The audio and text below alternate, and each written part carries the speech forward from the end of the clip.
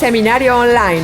Un espacio en donde se abordan temas para lograr ciudades sustentables. Expertos nos comparten proyectos, tendencias, implementación de políticas públicas y cambios que se necesitan para tener ciudades más amables.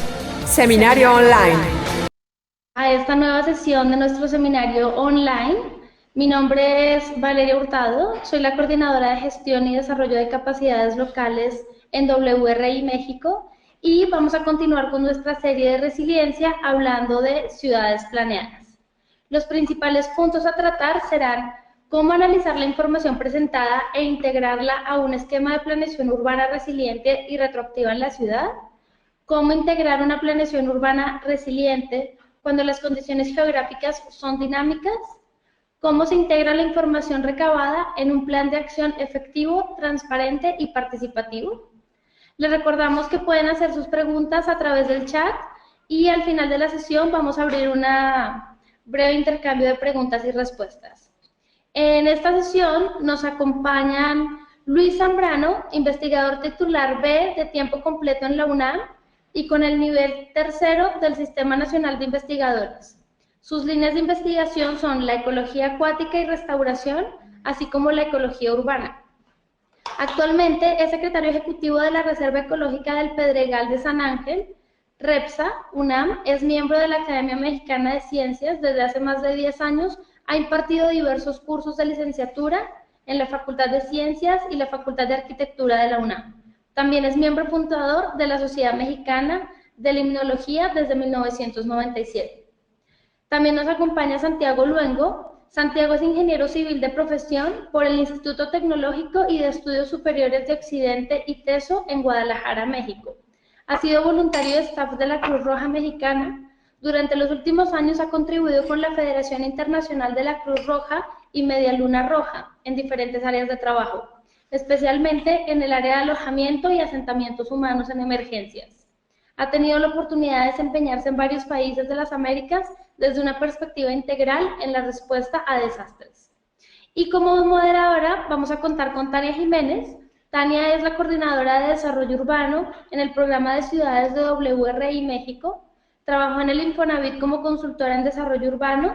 En CTS Embark México trabajó con 15 ciudades para mejorar sus regulaciones urbanas. Además dirigió proyectos urbanos especiales para la delegación Benito Juárez y ha colaborado con ONU Habitat. En este momento le doy la palabra a Tania, que nos va a hacer una breve introducción sobre el tema del que vamos a hablar hoy. Buenos días a todos, buenos días a Luis y a Santiago en particular, nuestros invitados para esta sesión. Y como bien platicaba Valeria, este seminario no es un seminario aislado, lo estamos desarrollando como parte de una serie de seminarios en las que vamos a tener un enfoque en diferentes temas. La semana pasada ya tuvimos nuestro primer seminario sobre ciudades proactivas.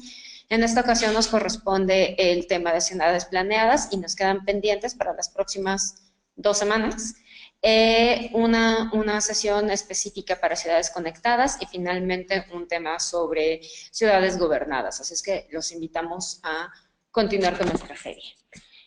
En WRI nos surge este interés particular, ya lo habíamos trabajado con anterioridad, pero particularmente durante las últimas semanas, dados los eventos que han sucedido en nuestro país durante las últimas 10 semanas, ¿no? Más o menos. Durante las últimas 10 semanas, todo el país, la academia, la sociedad civil, organizada y desorganizada, el gobierno en sus diferentes niveles, hemos estado hablando sobre este concepto de resiliencia.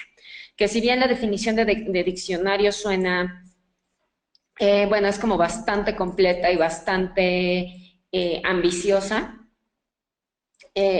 cuando tratamos de aterrizar esto a proyectos reales, que es que son los que al final del día van a impactar para bien o para mal las vidas de los ciudadanos, es ahí donde empezamos a encontrar todos los retos en su implementación. Nosotros consideramos que es fundamental poder aterrizar todos estos grandes conceptos ambiciosos, desde la sustentabilidad, la eficiencia, la competitividad, y todos estos adjetivos que suelen adornar y complementar nuestros proyectos, pues es necesario aterrizarlos a proyectos reales para que podamos ver si funcionan o no, en qué medida se adaptan o no a las necesidades de los habitantes. Entonces, en este caso, estamos tratando este tema de resiliencia muy, digamos, acotado a los eventos del 7 y 19 de septiembre de este año, ¿no? Son eventos sísmicos que tienen un acercamiento muy particular a este tema de resiliencia. Si bien no es exclusivo, también reconocemos que tenemos que hacer adecuaciones a nuestra planeación urbana para temas de, bueno, el resto de cambio climático, inundaciones, sequías, deslaves, y hay todo tipo de riesgos, ¿no? Los socioorganizativos, los, no sé, incendios y todos esos. En particular, vamos a tratar de acotarnos a los que tenemos un poco más frescos en la memoria y en este momento son el objeto de la discusión, ¿no? Reconocemos los otros, pero también si ampliamos a todas las diferentes características de riesgos, pues no nos va a bastar los 40 minutos que tenemos para este seminario. Entonces, ante esto, pues nosotros queremos contribuir con el proceso que desarrolla la Ciudad de México, en particular, bajo unas características urbanas muy especiales, distintas de alguna manera a lo que sucede en Morelos, a lo que sucede en Oaxaca y en Chiapas, que son otros contextos y otras necesidades, pero seguramente habrá cosas que podamos adoptar para los diferentes contextos. Queremos aportar esta discusión pública, entendemos que hay varias organizaciones, varios grupos civiles, privados, etcétera, que estamos todos hablando, y hay que aprovechar este gran momento que no se había dado en décadas en nuestra ciudad para tratar de construir una propuesta que realmente aporte en la práctica a la planeación de nuestras ciudades. Con esta introducción me gustaría dar paso a la presentación de Luis Zambrano, que nos acompaña del Instituto de Biología de la UNAM y que seguramente va a resultar muy interesante su aproximación al problema desde este enfoque de sistema biológico, ¿no? A cómo entender a la ciudad como todo un sistema. Bienvenido, Luis. Pues antes que nada, muchas gracias por la invitación. Efectivamente, tenemos que aprovechar este tipo de eventos que han venido sucediendo, y de hecho no solo son los sismos, sino últimamente las grandes inundaciones que hemos tenido en la Ciudad de México, como para tratar de, yo diría, reenmarcar o repensar cómo estamos manejando nuestra ciudad y cómo podemos seguir teniendo una gran, yo lo llamo un verdadero desarrollo y no lo que estamos teniendo ahorita. Yo quisiera comenzar con la primera, ahora sí que no se deja, ahí está ya. La primera definición, porque la palabra resiliencia efectivamente es una palabra que puede estar bien definida, pero que se usa para todo y para nada. La misma es la sostenibilidad. La sostenibilidad es estas palabras como la resiliencia, que están en términos científicos muy bien engarzadas de alguna manera, pero que se confunden o se malutilizan para hacer cualquier cosa. Si yo pongo 3 plantitas en mi techo, ya soy sostenible y resiliente, y pongo un Zeppelin dentro del tanque del excusado, entonces todavía más soy resiliente y sostenible. Y entonces esta transparencia se la robé de hecho a Charles Redman, que es un investigador de Arizona State University que trabaja sobre sostenibilidad y resiliencia justamente, en una de sus pláticas que decía, bueno, ¿qué es de sostenibilidad? Y dice, esta es la definición del Webster, del diccionario Webster, es la habilidad de continuar sin interrupción. Y pone esta imagen, que evidentemente es de Arizona, de un camino derecho. Y entonces dice, y mucha gente trata de buscar la forma de continuar sin interrupción. Imaginemos que vamos en un auto en el cual necesita menos gasolina y entonces por eso vamos continuando más, entonces lo hacemos híbrido y luego lo hacemos eléctrico y luego lo hacemos fotovoltaico y vamos tratando de mejorar las condiciones para continuar sin interrupción. Y dice, pero el gran problema no es ese, el gran problema es, y si no queremos ir para allá, y si verdaderamente el camino es el que queremos utilizar. Porque continuar sin interrupción ha sido relativamente fácil en términos técnicos a lo largo de todos estos años, pero en realidad lo que no hemos logrado encontrar es el objetivo o lo que queremos hacer con nuestras ciudades o lo que queremos hacer con los sitios en donde vivimos. Y entonces, lo que hemos venido repensando muchas personas sobre el tema es justamente que gran parte en las ciudades, gran parte de lo que sería la resiliencia o la sostenibilidad tienen que ver más que nada, más que con ecotecnologías o con tecnologías como tales, que tiene que ver con manejo territorial. El manejo territorial de las ciudades es fundamental y es parte importante de la planeación. Es un recurso limitante. El territorio cada día es más un recurso limitante. O sea, el recurso limitante los ecólogos lo ponemos desde el ángulo de dos animales o dos plantas quieren lo mismo. Por ejemplo, dos árboles quieren los nutrientes que están en el suelo y entonces compiten por esos nutrientes con el suelo y a eso le llamamos recurso limitante, ¿no? Y ahora lo que estamos haciendo es compitiendo por el territorio. Ese es nuestro recurso limitante como tal. Y es un recurso, por lo tanto, que todos quieren. Lo quieren las constructoras y últimamente, más aborazadamente que nunca, lo quiere la sociedad de alguna u otra forma y está peleando por los grandes espacios públicos y se necesitan para las áreas verdes, porque las áreas verdes hemos visto desde hace mucho tiempo y dentro de 2 días vamos a cumplir 100 años del primer gran parque nacional que es el Desierto de los Leones y desde entonces se venía discutiendo cómo las áreas verdes nos daban servicios ecosistémicos, nos daban agua, nos dan mejor temperatura, etc.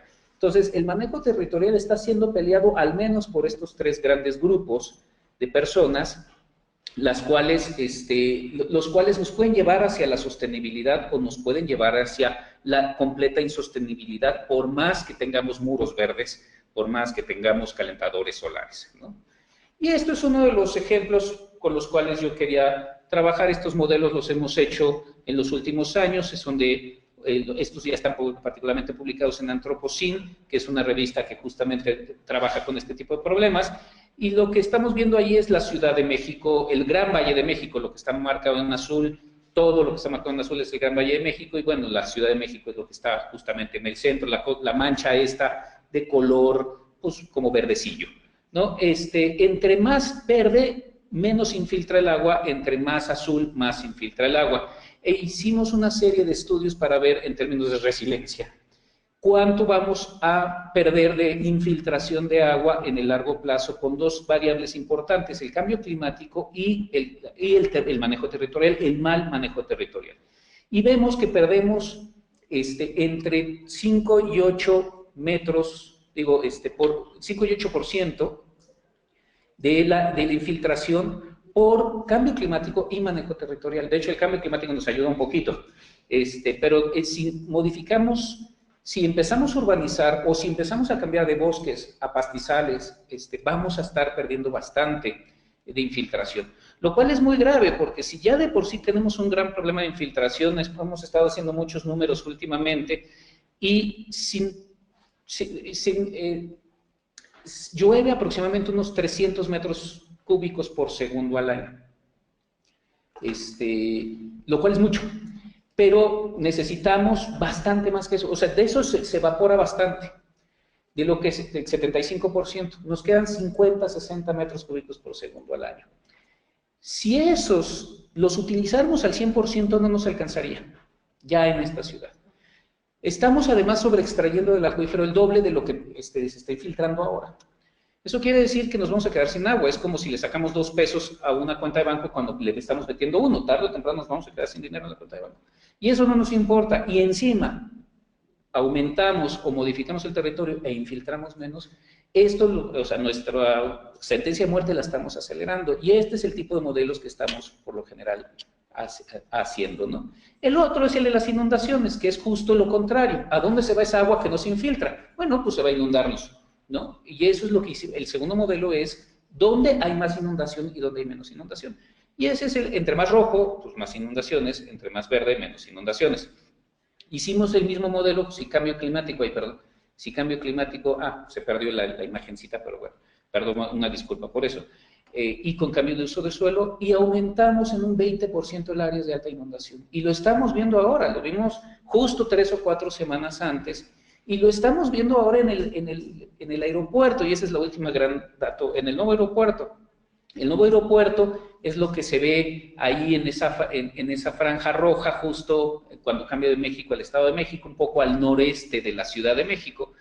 Y digo, nada más, ahorita no me sé los datos precisos porque son miles de metros cúbicos, pero los 5 centímetros que se hundió el aeropuerto con este sismo, son 5 centímetros que vamos a tener que desaguar porque justo está en la zona de mayor inundaciones. Cuando desagua uno esa cantidad de agua, esa agua podría servir para mantener a la Ciudad de México unos 3 días. Solo esos 5 centímetros, y lo tenemos que desaguar, y entonces tenemos que explotar el acuífero por 3 días más, y además esa agua que está inundando el aeropuerto va a inundar las colonias alrededor. Entonces, por muy que haya sido el mejor arquitecto del planeta que haya hecho el aeropuerto, que es Foster, que además se autodenomina como uno de los más verdes del mundo, por muy inglés que sea, pues en realidad lo está haciendo en el peor de los lugares, ¿no? Y eso es lo más antisustentable del mundo, ayudado por un arquitecto que no particularmente es maravilloso como Fernando Romero, ¿no? Por muy buenos que pudiesen ser, lo están haciendo en el peor lugar, ¿no? Y eso es la antisustentabilidad, ¿no? Esto ahora sí viene al caso con esto del sismo del 19 de septiembre, que esta es una imagen que le tomé prestado a la publicación que hicieron el Instituto de Ingeniería y el Instituto de Geofísica sobre los puntos en los cuales se cayeron más edificios y los edificios fueron los más fuertes, ¿no? Y atrás está pues, los distintos tipos de terreno que nos dice dónde estaba el lago y dónde no estaba el lago, ¿no? Si nos damos cuenta, los puntos están justamente en la interacción entre el lago y tierra firme, lo cual habla muchísimo de cómo se expanden las ondas sísmicas y nos tienen que sugerir diferentes cosas de dónde se puede construir y dónde no se puede construir. Pero además nos sugieren de que la extracción y la desecación del lago lo único que hizo fue reducir nuestra resiliencia y aumentar nuestra vulnerabilidad en términos de sismo y no solo en términos de agua. Entonces yo sí quería plantear esto de antes de empezar a pensar en reconstrucción, y ahorita que se está queriendo pasar a fuerzas la Ley General de Reconstrucción sin pensar nada, tenemos que planear, y qué bueno que este seminario se llama Ciudades Planeadas, porque lo que no se nos ha dado es la planeación, ¿no? No planeamos y tenemos que planear un poco, y sí tenemos que darle hogar a todas esas personas que se quedan sin hogar, pero sí tiene que ser de manera temporal, porque tenemos primero que planear, y la planeación nos debe llevar 1, 2 o 3 años, considerando todas estas variables, y no nada más trayendo arquitectos flashy, o urbanistas flashy, ¿no? Finalmente, ¿qué es lo que consideramos nosotros como lo que se llama resiliencia, en términos científicos o en términos ecológicos?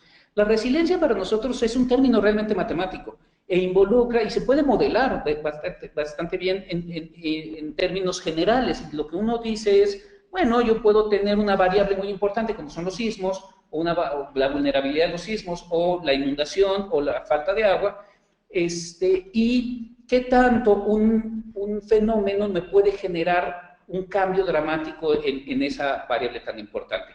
Y eso es lo que tenemos aquí. Se la pedí prestada al doctor Martin Scheffer de la Universidad de Wageningen, en donde dice, miren, básicamente, y esto lo hizo con base en lagos, la resiliencia se puede medir con base en lo que es la colina con respecto a lo que son los valles en una canica, que está cambiando de una colinita, de un valle al otro. Entre más profunda es la colina, más resiliente es el sistema. Por ejemplo, si uno ve el de hasta atrás, es un sistema altamente resiliente que solo tiene un punto de estabilidad. El de hasta adelante es otro sistema altamente resiliente con un punto de estabilidad. Ambos pueden ser deseables o no deseables, ese es el otro factor que es muy interesante. En este caso, por ejemplo, es un lago turbio, asqueroso, espantoso, muy resiliente, que es el de hasta adelante, mientras que el de hasta atrás es un lago transparente, altamente diverso, con mucha productividad, que también es altamente resiliente. Lo de en medio son los cambios en la resiliencia de un propio lago, en el cual puede ser muy resiliente, transparente y poco resiliente, turbio, o viceversa. Entonces, el gran punto aquí en términos científicos es buscar cuáles son las variables que me hacen que se profundice más el valle y se hagan más altas las colinas en un punto de atracción que queramos deseable, porque podemos hacer eso en un punto de atracción completamente indeseable, que es a lo que va, por ejemplo, estos caminos a donde no queremos ir, ¿no? Si seguimos con estas ideas de nuevos aeropuertos, de grandes construcciones, etcétera, estamos yendo a un punto de atracción no deseable para la Ciudad de México, que nos va a costar mucho dinero, trabajo y vidas humanas el poder cambiar hacia otro punto estable. Y bueno, finalmente esto que yo quería como trabajar es, cuando uno trabaja con territorio, y desgraciadamente yo creo que fue el cambio de tipo de programa, cuando uno trabaja con territorio y trabaja con proyectos resilientes en el largo plazo, es lo que se ve en la línea verde. La línea verde nos dice, yo hago poca inversión, es la relación costo-beneficio en términos económicos, es yo hago poca inversión y entonces gasto poco, pero empiezo a tener pocos beneficios, y los beneficios, si uno se sigue a lo largo del tiempo, son relativamente pocos.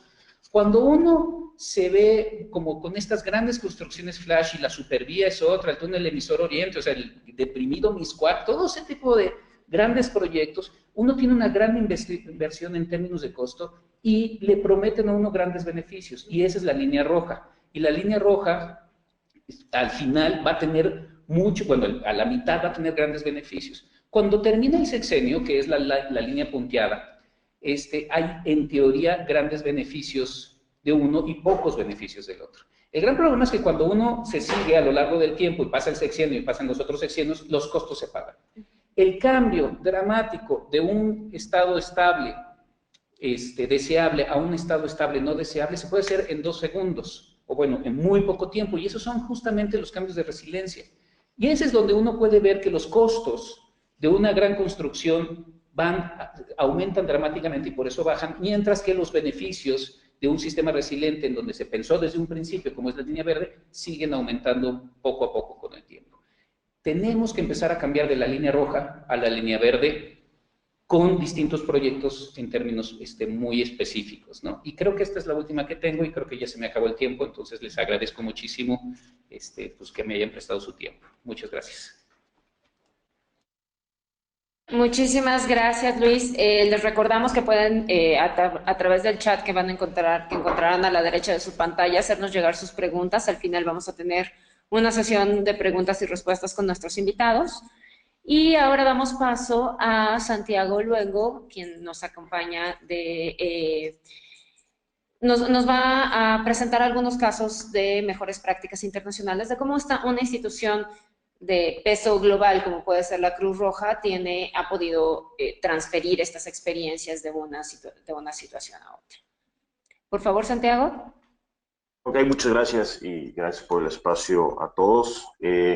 Bueno, más que nada lo que voy a presentar es un poco cuáles han sido las buenas prácticas en nuestra región, no únicamente con los sismos que se han presentado en la Ciudad de México, como bien lo mencionabas, pero también con esta serie de huracanes que tuvimos desafortunadamente en toda la región del Caribe en el mes de septiembre y la cantidad de inundaciones en Centroamérica, que obviamente nos han venido afectando a nivel de toda la región en la respuesta a las emergencias y a los desastres en América. Voy a entrar directo al punto de cómo respondemos a nuestras emergencias y cuáles son los componentes que tenemos que considerar en una rápida solución en los primeros días de la emergencia y en la fase de recuperación. Sobre todo la parte de la participación comunitaria, ¿no? En México se veía demasiado todo el voluntariado express que surgió a apoyar y ayudar, y lo comentabas en la introducción, organizaciones y otras que no están organizadas para empezar a darle solución de la vivienda a las personas. Y es muy importante aquí cómo también se considera la decisión de las comunidades y esta participación de todo, ¿no? El enfoque comunitario de decidir cuál es el tipo de solución que realmente tenemos que dar y que no venga de un despacho de un arquitecto o de un grupo de estudiantes o del gobierno una única solución, sino que se tienen que hacer grupos multidisciplinarios que nos permitan pensar estratégicamente en soluciones considerando todos los factores, como bien lo mencionaba en la presentación anterior, ¿no? El desarrollo organizativo, los temas transversales como son los medios de vida. Vamos a realocar personas sin considerar en qué trabajaban, dónde vivían, cuál era su día a día en ese barrio. A veces una solución es un campamento y quién va a ser mi nuevo vecino. Todos esos factores transversales tienen un alto impacto en nuestras soluciones que debemos de dar, ¿no? El tema de las familias de acogida, seguramente un tema importante en la Ciudad de México después del terremoto, es todas las personas que se alojan con familiares y amigos que buscan un lugar seguro y de protección para no ir a un albergue o para no ir a un campamento o para no rentar un hotel o porque hay cierto temor de una réplica, pero que ese tipo de familias de acogida también necesitan una solución y también necesitan un soporte, ya sea con artículos de socorro o con artículos de emergencia o los mecanismos de transferencia en efectivo. Últimamente nuestras operaciones de emergencia a nivel regional, voy a poner el caso de Antigua y Barbuda, huracán Irma, en el mes de septiembre destruyó el 100% de la isla de Barbuda, aproximadamente 400 familias, no es un contexto bastante pequeño, pero todas perdieron totalmente todas sus propiedades y se movieron a la isla de Antigua. Entonces, como Cruz Roja, estamos dando un apoyo de alquiler a las familias, un mecanismo de transferencia en efectivo para que ellos puedan rentar las viviendas, porque además perdieron sus empleos, al ser pescadores perdieron sus lanchas, entonces no hay una forma de que ellos tengan el recurso para rentar una vivienda y es un tipo de las soluciones que nosotros podemos ofrecer desde el Departamento de Alojamiento y Asentamientos Humanos en Emergencia. Coordinaciones con otros actores, con otros socios, es muy importante, ¿no? El tema de no duplicar los esfuerzos en una respuesta o en una solución en una fase de emergencia, que en el caso de los terremotos podríamos mencionar el caso de Haití, que estamos a 7 años después del terremoto y seguimos trabajando. Obviamente hay otros contextos sociales y políticos y humanitarios que han limitado nuestra respuesta, pero si lo comparamos con un terremoto en Chile el mismo año donde la resiliencia de las comunidades fue a un año ya estaban recuperadas casi a su 100%, ¿no? Con una magnitud de afectación similar a la de Chile. El proceso de la capacitación en las comunidades en la fase de emergencia, la gente empieza a recuperarse, este proceso de resiliencia, de recuperarme y de salir adelante, tiene también sus impactos en la planeación y en la planificación, en cómo vamos a reconstruir mejor, cómo vamos a volver a la normalidad. Y muchas veces por esta preocupación que existe de proteger a nuestros seres queridos, a nuestras familias, dejamos toda la parte técnica de un lado por darle prioridad a la protección familiar. Y aquí es donde vienen otros factores que son las políticas de gobierno, el tema de vivienda, de tierra y propiedad, la legalización de terrenos, si se puede volver a construir ahí o no, por ley o por no, o sin ley, pero también por un análisis de las personas, de saber si están reconstruyendo de forma segura. Y este es un enfoque participativo que hay que hacer desde la sociedad hacia los afectados por un sismo, por una inundación o por un huracán. Vamos a construir mejor y cómo hay que construir mejor, ¿no? Posteriormente conectamos toda la parte del urbanismo y la planificación, como lo comentaba, con el derecho de la propiedad, las tierras y la vivienda. Muchas veces en los terremotos se pierden documentaciones importantes. El ejemplo de Haití, el edificio donde se tenían los pocos registros de propiedad colapsó y se perdió toda la información. Entonces, ¿cómo garantizamos que a la persona que le estamos dando una solución es propietario de ese terreno o no es propietario, pero tiene un préstamo o fue heredado? Entonces, hay ciertos factores que hay que contemplar para dar soluciones en la planificación a la respuesta de la emergencia y entrar en un proceso de recuperación. Toda la infraestructura urbana que se pierde, sobre todo, como lo decía, en terremotos, la infraestructura urbana que se pierde, puentes, tuberías, tienen un impacto hacia los gobiernos que también tenemos que empezar a brindar soluciones de inmediato. Se pierden todos los sistemas de agua, entonces, ¿qué podemos nosotros brindar? Hay que hacer letrinas, hay que construir sanitarios, hay que brindar sistemas de agua potable, poner plantas potabilizadoras, entre otras cosas, ¿no? Y un diseño urbano conectado a las políticas públicas, pero también hacia la parte técnica y científica de la sociedad, y se ve reflejado en el Sismo de México toda la participación académica, social y científica que ha querido aportar al gobierno, ¿no? Y aquí creo que lo que haría falta analizar es cómo se están generando estas coordinaciones y quién lidera este proceso a través voy a ser muy honesto, desde la Cruz Roja Internacional, desde la Federación Internacional, hay poco aporte a la operación o a la emergencia en México, porque el gobierno mexicano y la Cruz Roja Mexicana tienen las capacidades instaladas a nivel país y no hay una solicitud de apoyo internacional para este proceso. Pero estamos brindando asesoría en otros contextos, como lo es las inundaciones en Tabasco. Un proceso de construcción segura, con tecnologías apropiadas y sobre todo la parte de gestión de la construcción. No podemos llegar a una comunidad indígena a decir cómo es la vivienda que vamos a hacer y cuál es la mejor solución cuando hay una comunidad que lleva viviendo así 400, 500 años.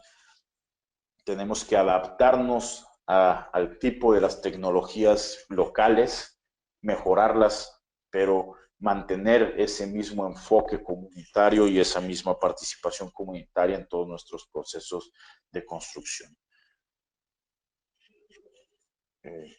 Para cambiar la siguiente presentación.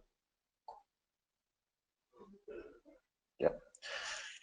Hay soluciones que nos permiten estar dentro de alojamientos temporales o fuera de alojamientos temporales. Esta es una fase donde entra el alojamiento progresivo. Las familias no siempre van a estar metidas en una carpa o en una vivienda temporal. En ese sentido, nuestros primeros días de la emergencia, la fase de emergencia es madera, lonas plásticas, pero después hay que ir pensando en los diseños de una vivienda temporal que se vuelva progresiva o transitoria. Depende mucho el contexto en el que construyamos. No es lo mismo construir una vivienda progresiva o transitoria en Ciudad de México que construir una vivienda progresiva en Oaxaca o en Jojutla. Y también el costo que tiene hacer este tipo de procesos en la vivienda progresiva o en la vivienda transitoria. Porque al momento de que yo invierto en lo progresivo, necesito que la comunidad se enrole en este proceso, asimismo en lo transitorio. Pero si yo no hago este acercamiento con la comunidad en la planificación de cómo vamos a hacer el proceso desde el día 1, podemos tener un proceso de lento desarrollo en un futuro.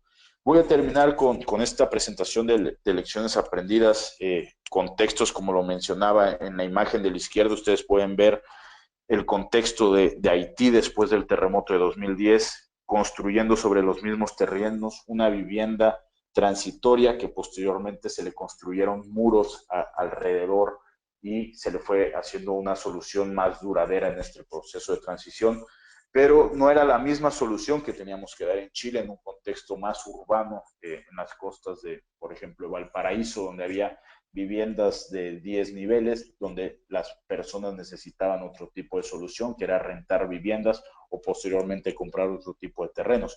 Nuestra respuesta a los huracanes tienen un tipo de desafío en el sector de alojamiento. Lo pueden ver en la imagen del lado derecho, una imagen de una casa con muros destruidos, pero un techo desaparecido.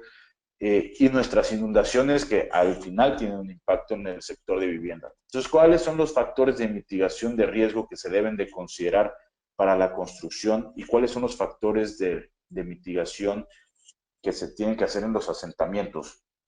Muchas veces vemos cómo las viviendas se inundan porque antes pasaba un río ahí o porque nunca se hizo un estudio de suelos para determinar la permeabilidad y saber cuál iba a ser el riesgo de inundaciones. Entonces, mientras la comunidad no conozca dónde está viviendo, cuáles son sus factores de riesgo, el gobierno no conozca su análisis de riesgo de los terrenos donde se está desarrollando una planificación urbana, pues siempre van a existir estos riesgos, ¿no?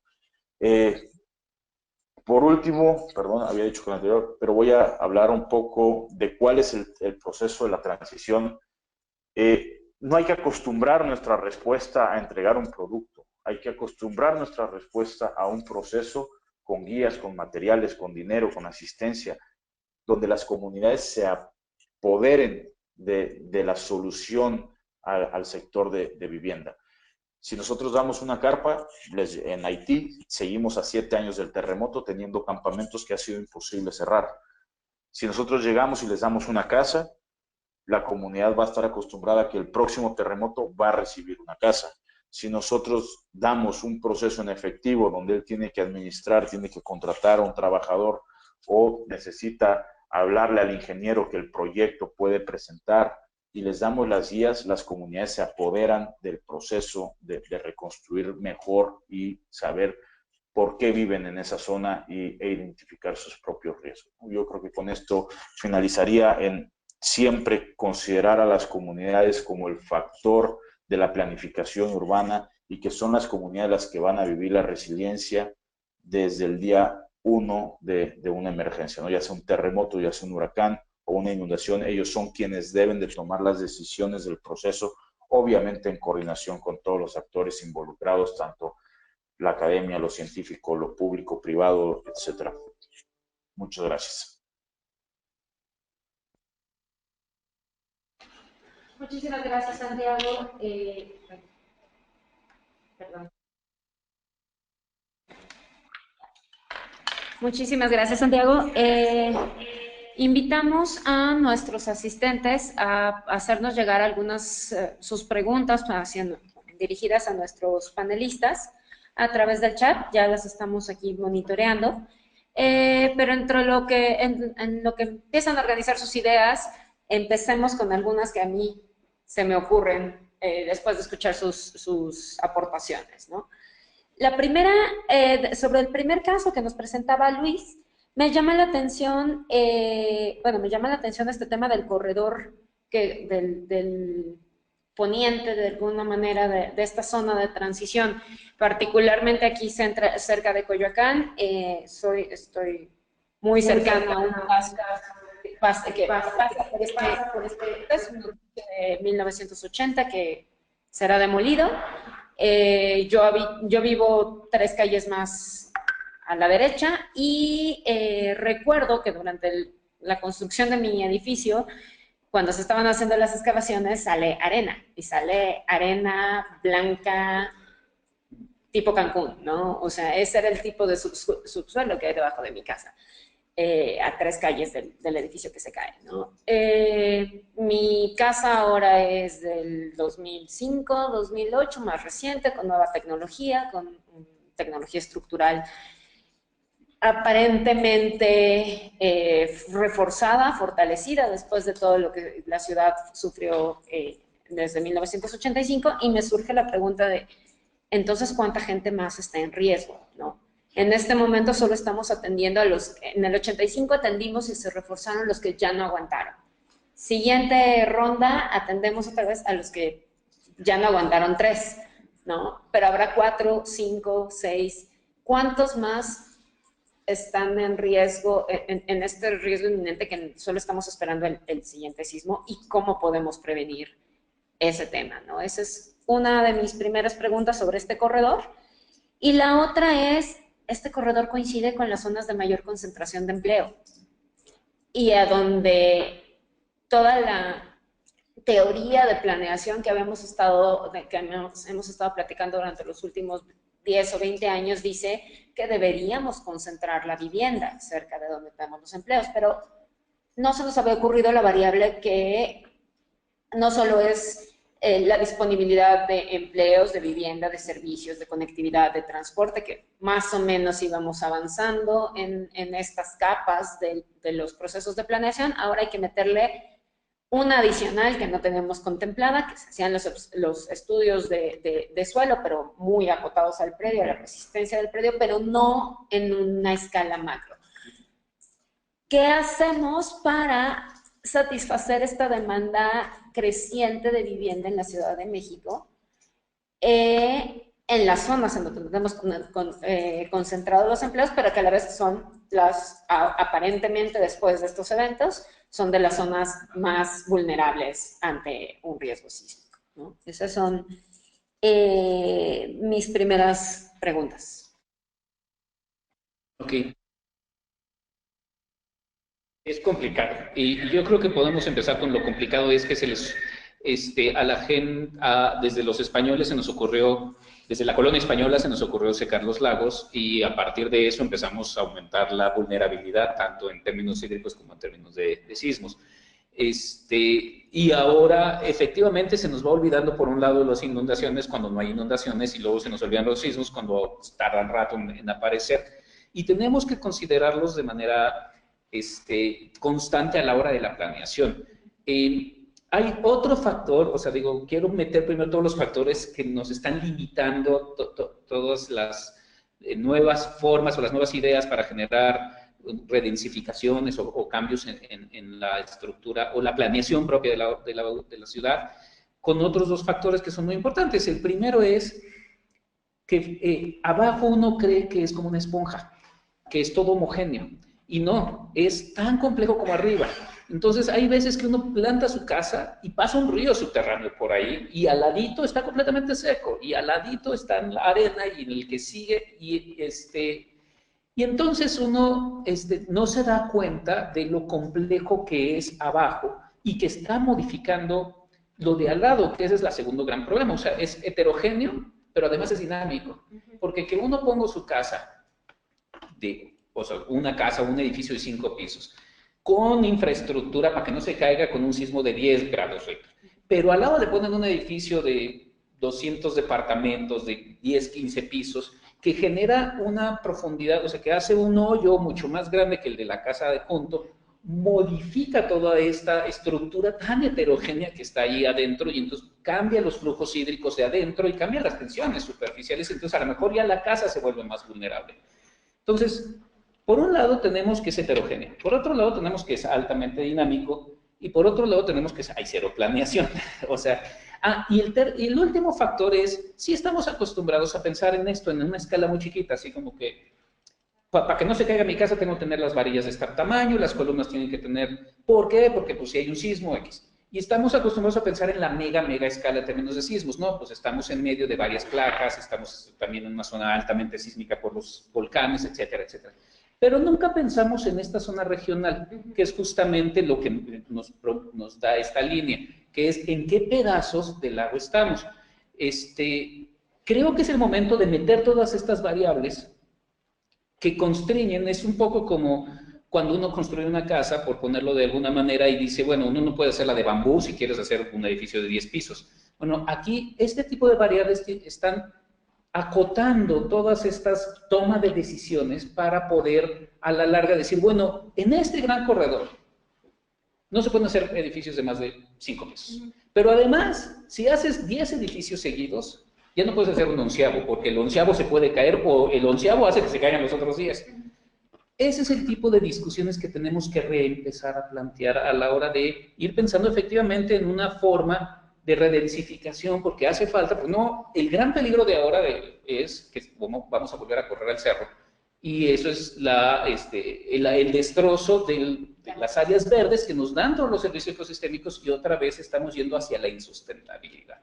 Entonces, no te puedo contestar con una pregunta, de una respuesta así como lo que hay que hacer es esto, pero lo que hay que hacer es sentarnos con todas estas restricciones a ver hacia dónde planeamos la ciudad y cómo la planeamos mejor. Ok, pregunta, ¿tenemos esa información? ¿Existen esos estudios? No todos, yo creo que es que ahora ya tenemos bastante más información que en el 85, o sea, todos los estudios que han hecho el Instituto de Geofísica, el Instituto de Ingeniería, que ya empezó a pensar también en esta escala intermedia, todo lo que estamos haciendo nosotros en el Instituto de Biología, el Instituto de Ecología, el Laboratorio Nacional de Sostenibilidad, que está ahí mismo en el Instituto de Ecología, ya nos permiten empezar a tener un poquito de más información, que no solo es la cantidad, sino qué se relaciona con qué, para hacer los modelos matemáticos. Yo creo que ese es que estamos en el momento en que podemos empezar a tomar mejores decisiones. Buenísimo, la tecnología ya nos está permitiendo contar esa información para tomar decisiones de planeación informada con la mejor calidad de la información disponible. Eso es un gran paso. Institucionalmente, ¿cómo se puede, o cómo si existe tal vínculo, o cómo recomendarías que hubiera este vínculo entre las instituciones académicas de investigación y las instituciones de gobierno, que al final del día son los que están tomando las decisiones? Siempre ha habido esta discusión entre académicos y tomadores de decisiones, que el académico toma 10 años en hacer estudio y el tomador de decisiones es una respuesta en 3 meses, ¿no? Siempre, y no es el único tema, existe para cualquier política pública, pero ¿cómo podríamos fortalecer este vínculo, esta retroalimentación de información para la toma de decisiones? Ok, bueno, para empezar necesitamos tener un gobierno que se preocupe verdaderamente por la ciudad y eso ahorita, en particular en este momento, no está pasando. Pero bueno, imaginemos que sí lo tenemos. Y sí hay instrumentos institucionales que pueden hacerlo. Por ejemplo, ahora con la nueva constitución va a surgir el Instituto de Planeación y si está bien estructurado, lo cual me preocupa que no lo esté, pero si estuviera bien estructurado este instituto con académicos liderando o con gente de la sociedad civil liderando, que no tengan estos conflictos de interés por parte del gobierno, por parte de las constructoras, para poder empezar a tomar las mejores decisiones y que tengan credibilidad para jalar a los académicos, que además, digo, el otro factor, el factor tiempo, tienes toda la razón, pero ya tenemos estudios, o sea, y creo, por ejemplo, el ANSYS, el Laboratorio Nacional de Sostenibilidad, justamente tiene estas dinámicas de decir, necesitas respuestas, no te la voy a dar mañana, pero tampoco te la voy a dar en 5 años, te la voy a dar en los próximos meses o en el próximo mes, aguántame, pero es mejor tener algo muy bien planeado, bien discutido y bien modelado, porque se cometen menos errores que tomar una decisión al calculation, ¿no? Por decirlo de alguna manera. Entonces, yo creo que ya está la estructura. El Instituto de Planeación puede ser una gran bisagra, siempre y cuando se instale sin las grillas que normalmente generan este tipo de puestos, ¿no? Y sobre el Instituto de Planeación, no solo las grillas, sino las presiones de tiempo que vamos a tener. Los tiempos para la instalación del instituto están súper apretados, tenemos elecciones en la mitad, hay campañas, hay cambio de asambleístas, va a ser todo un reto poder aprovechar esta gran oportunidad que tenemos en la puerta a partir de la publicación de la Constitución. Exacto. Ahora, sobre los temas que nos platicaba Santiago, muchísimas gracias. Tenemos toda la capacidad, muchísimas gracias por el voto de confianza en la capacidad mexicana. Probablemente lo que nos hace falta es un poco de coordinación. No dudo que tengamos, al contrario, estamos muy orgullosos de tener todas estas instituciones y toda esta investigación y este conocimiento, pero claramente nos estaba, o hasta la fecha, 8 semanas después, nos ha faltado una guía de hacia dónde vamos, sumen esfuerzos. Durante el ¿cómo se llama? Los días posteriores al sismo se empezaron a generar cualquier cantidad de plataformas para reporte de daños. ¿Por qué tenemos que tener 6 o 7 plataformas cuando podríamos tener una unificada? No lo sé, hay como varias cosas, pero me parece bastante destacable también de lo que nos menciona Santiago, todas estas etapas de estas etapas de la recuperación. Hay un primer momento, los primeros días o semanas después del evento, cualquiera que este sea, hay un segundo momento durante los siguientes meses y ya después empezamos a construir la parte permanente, ¿no?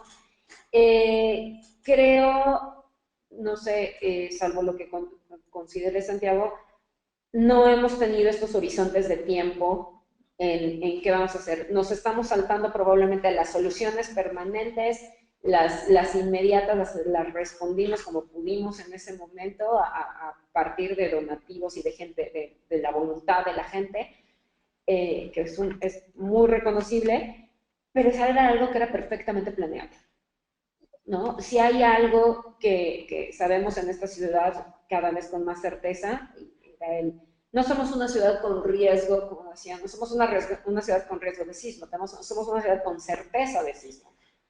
Va a volver a temblar, punto. Y no tendría por qué tomarnos por sorpresa, no solo en los simulacros, sino todos estos procesos, todas estas leyes no tendrían que estarse cocinando días después, o sea, son perfectamente previsibles con el apoyo de estas instituciones como la Cruz Roja Internacional que nos pueden transmitir las experiencias en otros países, como el caso chileno, que tuvo esta capacidad de recuperarse en un año. En ese sentido, Santiago, ¿cuáles podrían ser tus recomendaciones? ¿Qué podemos retomar del caso chileno para recuperarnos en los próximos ya 10 meses que nos quedan? Bueno, más que nada, se necesita un clúster o un grupo de coordinación para esto y tiene que ser un ente neutral. No puede ser gobierno, no puede ser academia, no puede ser, tiene que ser posiblemente un agente externo a México quien permita esta identificación de la brecha humanitaria que hay. Es correcto que en México desde un principio quisieron ir inmediatamente a lo permanente sin pasar por todas las fases de transición o la fase progresiva, que eso es lo que ha limitado bastante la respuesta del sector de vivienda en la respuesta a los terremotos. Creo que hay bastantes iniciativas, pero no se han identificado las brechas humanitarias tanto a nivel político como a nivel comunidad para dar la solución real a los contextos que enfrenta toda la zona afectada por el terremoto. La solución que yo veo es que se tienen que abrir estos espacios, pero que no sea gestionado por el gobierno como tal, como se ha venido planteando en los últimos meses, ¿no? O en el último mes, sino que se necesitan estos espacios que permitan la coordinación, que se analice los datos de daños, que se analicen las soluciones que se le pueden dar, y como lo decía en la presentación, cada contexto requiere un tipo de solución distinto. No es lo mismo la solución en Ciudad de México que la solución en Puebla, que la solución en Hidalgo o en Morelos. Hay ciertos factores que limitan estos tipos de respuesta y hay que tener un menú de soluciones y un menú de progresos que se tengan que dar en 2, 3, 4 años. Pero hay que ir avanzando en esto. Entonces, yo lo que invito es buscar que se pueda formar este grupo de coordinación y que se pueda lograr, sobre todo para no duplicar los esfuerzos de todo lo que se está moviendo en el país. Creo que hay bastantes recursos invertidos de la sociedad en esto que necesitan un enfoque y hacia dónde dirigirlos. Muchísimas gracias, Santiago. Totalmente de acuerdo. Probablemente, particularmente en el contexto mexicano, donde existe una profunda desconfianza entre las instituciones, es muy probable que solo un agente externo pudiera llegar a tratar de construir estos acuerdos en el proceso de reconstrucción. Ahora, damos pie a las preguntas, algunas de las preguntas que nos hacen llegar vía chat. Xochitl Castellano, supongo, nos pregunta, ¿qué recomiendan, sean instrumentos o metodologías para demostrar la importancia de los servicios ecosistémicos en la planeación urbana? Yo creo que debemos de comenzar por pensar que incluso el propio concepto de servicios ecosistémicos no me gusta a mí, porque sugiere de entrada que la naturaleza está para servirnos y que en realidad nosotros estamos como en la punta y todo lo demás está abajo y entonces la naturaleza nos sirve. Yo lo pongo como beneficios de la naturaleza, que son beneficios propios que la propia naturaleza tiene que hacer. Uno puede, el concepto de servicios ecosistémicos surge a partir de que así los biólogos podemos sentarnos a discutir con los arquitectos, con los ingenieros y con los economistas, así como, a ver, esta cantidad de agua nos da 50,000 millones de pesos y entonces 50,000 millones de pesos te lo estás ahorrando. El gran problema de esto es que los servicios ecosistémicos, como están planteados, son por lo general difusos y para todo el mundo, o sea, son difusos para todo el mundo y de largo plazo, mientras que destruir los servicios ecosistémicos son beneficios directos a una sola persona o a una serie de personas y de corto plazo en términos económicos, que es justamente estos dos imágenes que yo puse al final de mi presentación. ¿Cómo le hacemos para cambiarlo? Yo creo que es un poquito más profundo. Sí tenemos que empezar a cambiar desde este concepto de nosotros somos parte de la naturaleza y desde ese mismo ángulo de que nosotros somos parte de la naturaleza tenemos que aprender a manejarla. Entonces, si le pegamos a la naturaleza nos va a contestar. No es que nos vaya a dejar de servir, es que nos va a contestar. El aumento de la vulnerabilidad es justamente el mal manejo que tenemos en términos generales con nuestra relación con la naturaleza. Tenemos que modificar eso. Yo sé que se oye muy etéreo y que hay veces que hasta puede ser considerado como pachuli, pero en realidad lo que tenemos que hacer es justamente empezar a modificar esta visión.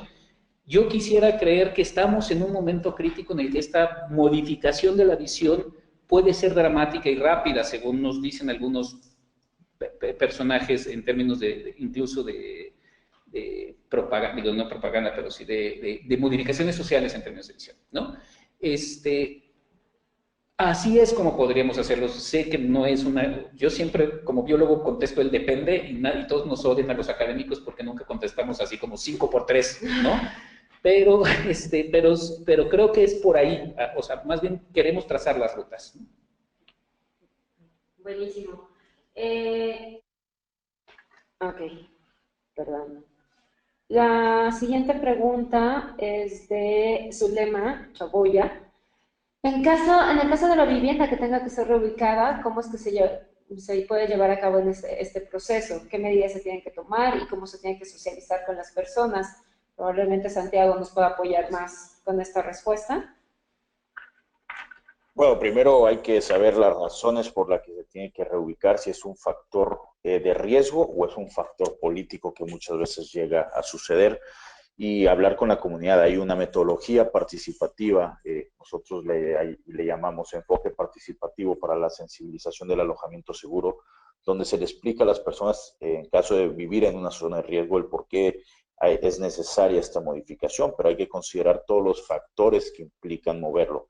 La escuela de los hijos, si es que tienen hijos, el medio de subsistencia económico, su forma de trabajo, las rutas de transporte que ellos normalmente utilizan, los horarios, la violencia, el tema de género, que nos permitan tomar una decisión para definitivamente realocar. Es nuestra última opción, es como el último recurso a utilizar, pero va a depender mucho el factor de riesgo en el que viva, y también no podemos nosotros como Cruz Roja frenar decisiones políticas de gobierno. Podemos hacer abogacía en ese tema de que si no hay un factor de riesgo porque el terreno lo quieren utilizar para otro fin, ahí sí podemos tener una abogacía, pero si es porque realmente vive en una zona de riesgo, pues hay que tomar decisiones, pero hay que tomarlas en conjunto con la comunidad y que la comunidad entienda este factor de riesgo y la razón de estas decisiones. Ok, continuamos con nuestra siguiente pregunta, también de Zulema. Con referencia a la escala de información, ¿cuál sería la idónea? Considerando que si nos vamos a una escala regional, los componentes urbanos no se detallarían, y si nos vamos a una escala urbana, no existe conexión entre lo regional y su visión con los sistemas ecológicos. La escala es una cosa muy interesante, porque justamente lo que estamos tratando aquí básicamente es un sistema complejo. El sistema urbano, el socioecosistema urbano es un sistema complejo que involucra múltiples variables a múltiples escalas. Lo que hemos venido aprendiendo, y créanme que esto es relativamente hace poco, o sea, en los últimos 10, 15 años, es que uno no puede trabajar a una sola escala, porque entonces cuando uno trabaja solo a una escala, se le van todos, como acabas de decir tú en tu pregunta. Lo vimos, por ejemplo, en lagos. O sea, en lagos uno si se pone a trabajar en la interacción del zooplancton con el fitoplancton, que dura horas, pues uno no entiende por qué hay peces exóticos o no puede haber peces exóticos. Uno tiene que trabajar a esa escala rapidísima, como a la escala muy lenta de cómo crecen los árboles alrededor de un lago para reducir el oleaje, etcétera. ¿Qué es lo que uno tiene que hacer? Trabajar a todas las escalas. Y saber que las escalas están interactuando entre sí, como un reloj que tiene distintos engranajes que están funcionando así, o como el Google Maps, que está muy interesante, porque el Google Maps o el Google Earth, de repente uno dice, ¿cómo le hago para ir de aquí a Chihuahua? Uno no tiene un solo mapa, tiene el Google Earth, que en un cierto momento tiene que estar a una escala muy específica y en otro momento tiene que decir, tengo que agarrar para el norte. Así uno tiene que estar trabajando, lo siento mucho, pero esas son las nuevas formas de trabajar a nivel académico y a nivel de toma de decisiones. Muchísimas gracias, Luis, por tu respuesta. Ya se nos está acabando el tiempo, se nos acabó el tiempo. Únicamente quisiera cerrar mandando saludos a Tepic, que nos acompañan, a Mérida, siempre presente en estos eventos, en los mejores eventos. Oaxaca también nos hacen llegar preguntas. Hay algunas preguntas que quedaron pendientes, trataremos de responderlas vía correo electrónico. Nos piden también los contactos de Santiago y de Luis. Si ellos están de acuerdo, los podemos integrar a la presentación que se subirá a nuestras redes sociales y a nuestra página de internet. Esta sesión se está grabando y quedará en los próximos días colgada de nuestro canal de YouTube para que la puedan escuchar otra vez con detalle y compartir si así lo desean. Y finalmente teníamos una pregunta sobre el tren, el caso del tren de México-Toluca. Ya no nos da tiempo de responderla ahorita, pero la dejamos para nuestra siguiente sesión de Ciudades Conectadas, en donde seguramente todo el tema de transporte masivo tendrá que ser el foco de la conversación. A nombre de WRI México, agradezco mucho a nuestros panelistas y a nuestros participantes por su sus siempre enriquecedoras preguntas y por otra vez acompañarnos. Nos quedamos, nada más reitero la invitación para nuestro siguiente foro de discusión la próxima semana. Vamos a tener esta serie de resiliencia de ciudades conectadas.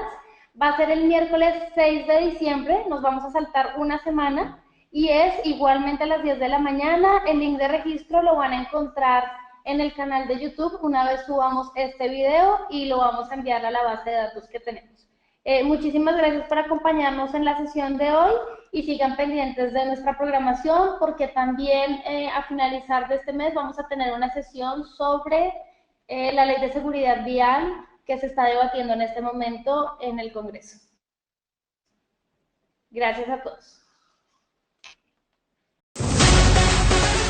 Seminario Online, un espacio para compartir el conocimiento.